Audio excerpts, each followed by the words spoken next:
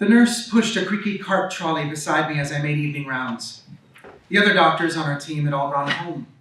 Tube lights, unevenly lit the long hallway where patients' relatives were hunkering down on their assorted makeshift beddings. Located in urban Kathmandu, Batan Hospital was a bustling 300-bed mission hospital whose patients ranged from mountain farmers to semi-affluent city dwellers to foreign tourists. I joined the staff 6 years earlier as a newly trained internist from the United States. On evening rounds, we only stopped at the bedsides of the sickest patients. Uli was a German man in his 20s who'd been admitted 2 days before with a bad case of bacillary dysentery. He and his brother Andreas had been trekking in the Himalayas when Uli's illness cut short their plans. Their room had green cinder block walls, one patient bed, and a wooden bedside cabinet. Andreas was sitting on a small cot and stood up when I walked in. "How's Uli tonight?" I asked softly. He was a handsome man with long brown hair, and his strapping frame filled the length of the bed. An IV ran into one arm. He was alert and didn't appear as acutely ill as on admission, but he didn't reply. Biding time, I felt his radial pulse. Andreas broke the silence. "Doctor, I have to tell you that we cannot stay here in the hospital. The nurses don't understand our English. The toilets are Asian squat style and the care is not the standard we're used to. We've decided to fly home tomorrow afternoon." "How's Uli's diarrhea?" "No more blood, but loose." "His fever is down to 100.4 degrees, I said. "That's progress, but he's still on an IV and not taking much by mouth." Andreas let out a long breath and turned up his palms. "Doctor, surely you must understand. You're also not native here. This is a very different, very difficult place. We just want to be home." "I do understand, Andreas, but going home means 2 long plane trips, sitting in airports, and no medical care during the journey. Only yesterday, Uli was in serious condition. I think you should delay your flight until he's fully recovered." When I first came to Nepal, I planned to stay for 4 months, do my thing for the poor, and return to join an established medical practice in Syracuse, New York. From the outset, though, I found the medicine and the people compelling. So I continued to top up by 1 year and then another. During my 3rd year in Nepal, in response to its first AIDS cases, I helped establish the hospital's Infection Control Committee.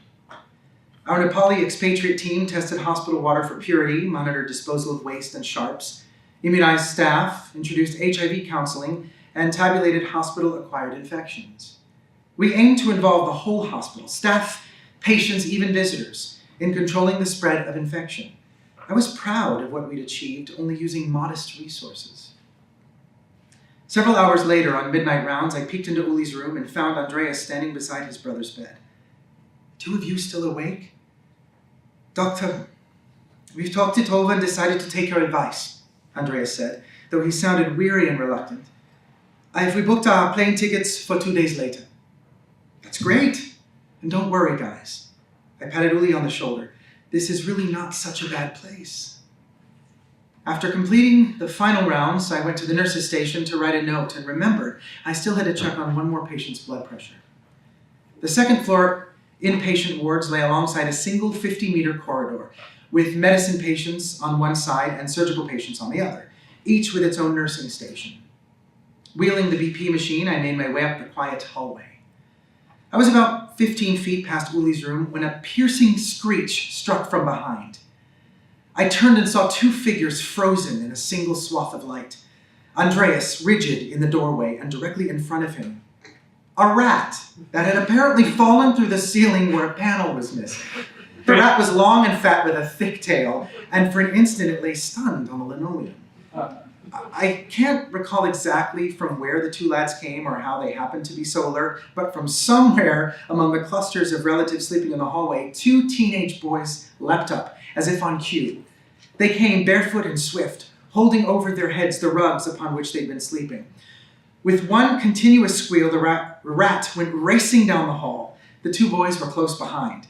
Despite their howls, their manner indicated that they were serious about this line of work. Andreas watched, transfixed. The rat spun left and disappeared into the medical nursing station.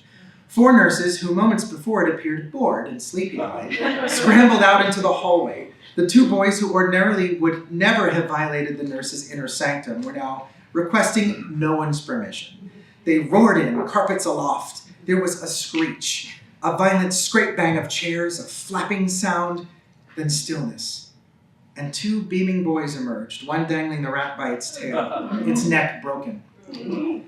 The stage now held the agitated nurses, a dead rat flung onto the floor, the 2 rat warriors, a small crowd of relatives who had stirred from sleep to investigate the commotion, and Andreas in the doorway. I felt I had to say something, so I edged a few steps closer. He turned a blank, disbelieving face toward me.